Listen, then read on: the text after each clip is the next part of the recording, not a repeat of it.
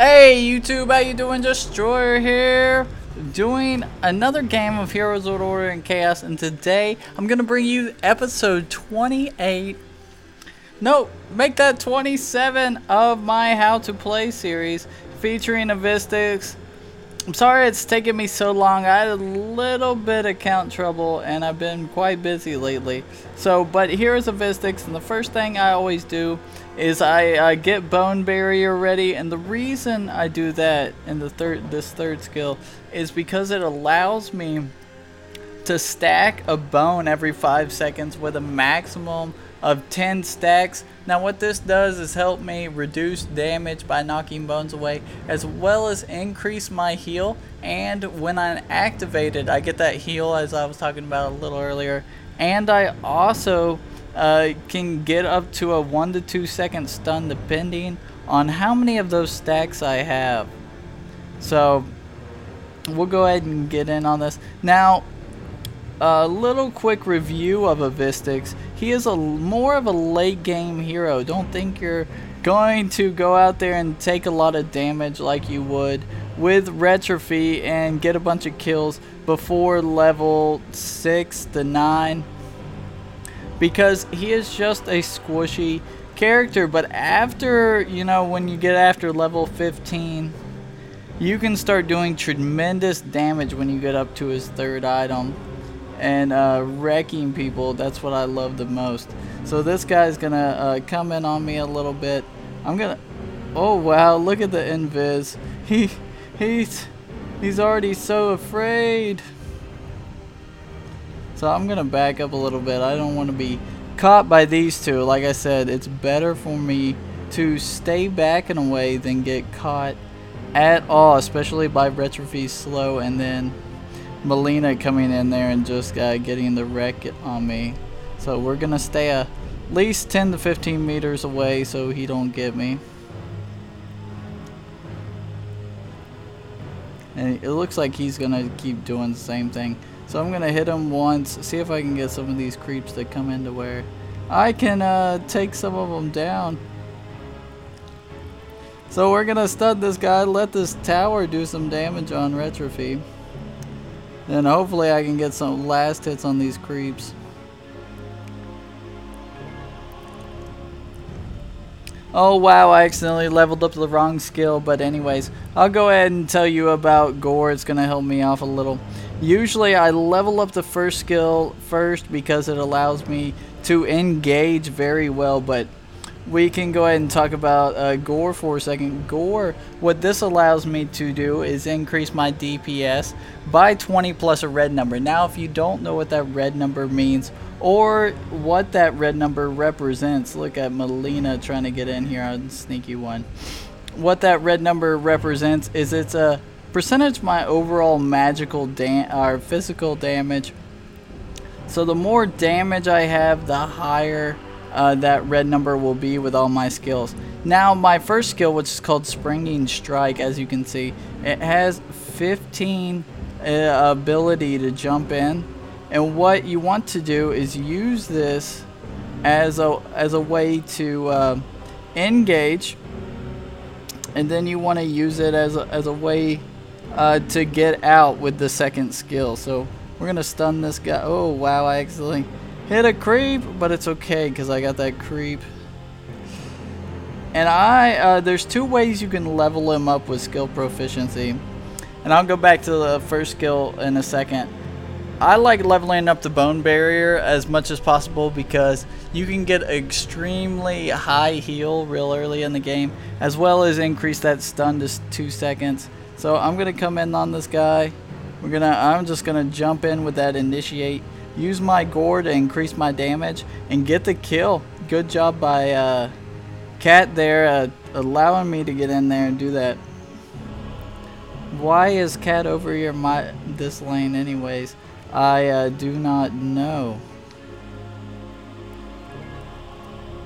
So we're gonna get this creep as well.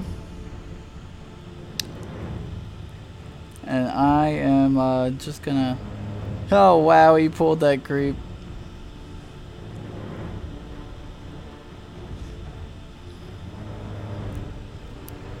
So like I said, we're going to use that first skill to initiate in. That 15 to jump in, and it takes a second for him to jump in a way. But we also want to, as you can see, and I'll go ahead and show you the damage. When you jump in on somebody, you do 90 plus 27 damage. Now this is a percentage of your overall damage. It looks like my team needs help over here. So I'm going to jump in on this guy. Going to go ahead and stun him and get the kill here. Hopefully he gets out in enough time. Good job for him killing Melina. And he's going to steal the creeps from me, which I'm not concerned that much. I did get my ulti, so I'm really excited about that. So I'm going to run around here with Evistix before they get up here. Looks like a port was wasted, so I'm going to back because Retrophy will have a little bit of advantage on me. See if I can get side in there. Now what I'm doing is trying to get side in on that red buff, but it doesn't look like... Looks like he pushed it away, so it doesn't look like I'm going to be able to. Sometimes you can, sometimes you can't. I just didn't get lucky. So we'll see how Harpy's doing. Now this gives me a second to talk about my ulti. As you can see, what it does is take one of my regular attacks and forms it into 2 attacks in 1 second. So it's basically increasing my DPS. Now, it's of 70% right now and also increases my movement speed. I do want you to realize that, because that movement speed can allow you to get away and allow you to initiate a lot quicker in on some people. So what I'm going to do here is I'm going to go ahead and hit my ulti. We're going to jump in with our springing strike, use this to engage, and then we got this guy. I'm going to go ahead and stun him with my second skill and let my rampage do the work. Oh, looks like a lot of lag. Oh man, I was hoping I'd get that kill, but unfortunately that's a problem with Evistix. He does not have a lot of negate, or or he doesn't have a finisher in a way. So he's not going to be able to get those kills all the way right away. Like Pala just used his finisher with his rush to get it, or some other people like the bite with Retrophy. So I'm just going to go ahead and get some attack speed as well as some damage just to help me push through this.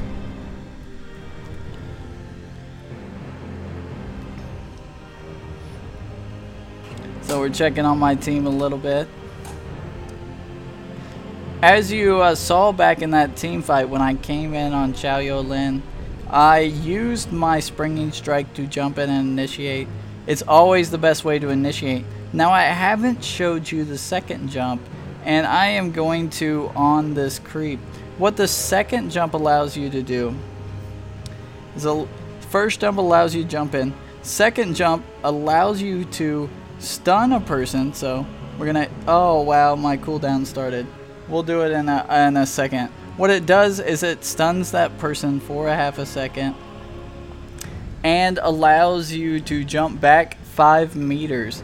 Now those 5 meters are very important and necessary because they will allow you to very important and necessary because they will allow you to get away with that half-second stun. And to be honest with you, most people just don't use it. So we're going to go ahead and initiate my ulti here. I'm going to jump in, get a stun here, use my thing, and see if we can keep that guy in. He's not going to stay. I knew I was able to take the... There he is. And she goes invis. Let's see. She probably went back this way, and there she goes. See if I can get that stun. Wow, what a crazy... Not a good pull there by Cat. And I'll tell you why, because we might needed the level up. Say if I started taking tower hits, I would have leveled up if that was close enough to me. So, Cats just don't do that, just FYI. You don't want to pull them out of all your teammates because you want to KS. It's not good. But I'm talking about competitive matches. If you're just trolling, having fun, I say go ahead for it. Why not? So after I go ahead and level up the 4th skill, I go ahead and level up this skill. Now guys, I showed you how to do the rampage and everything. Let's talk a little bit more about skill proficiency, because these guys surrendered early, and I'm sorry about that. I'll do some more gameplay videos that will allow me to show you more team fights and late game initiations and stuff. You always want to initiate with the back of a tank or something. Usually Jambra and Evistix work well together. Cat and Evistix work well together too.